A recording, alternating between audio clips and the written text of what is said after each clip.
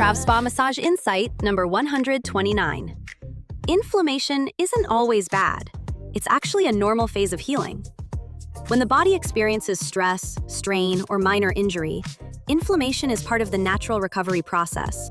It increases blood flow to the area, brings immune cells to the tissue, and helps begin the repair process. In other words, inflammation is the body doing its job. The real problem happens when inflammation lasts longer than it should. When fluid builds up, circulation slows, and the tissue doesn't fully move through the recovery phase, the body can remain stuck in that inflammatory cycle. This is where supportive therapies can help. Massage therapy encourages circulation through the tissue. It can help improve lymphatic drainage, reduce fluid stagnation, and support the body as it moves into the resolution phase of healing. The goal isn't to eliminate inflammation completely. Healthy recovery is really about regulating it so the body can repair, restore, and return to normal movement.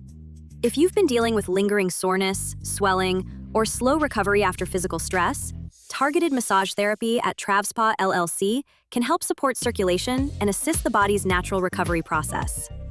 Visit TravSpa.com to learn more and book your session today. Take care of your body, stay consistent, and keep your body performance ready.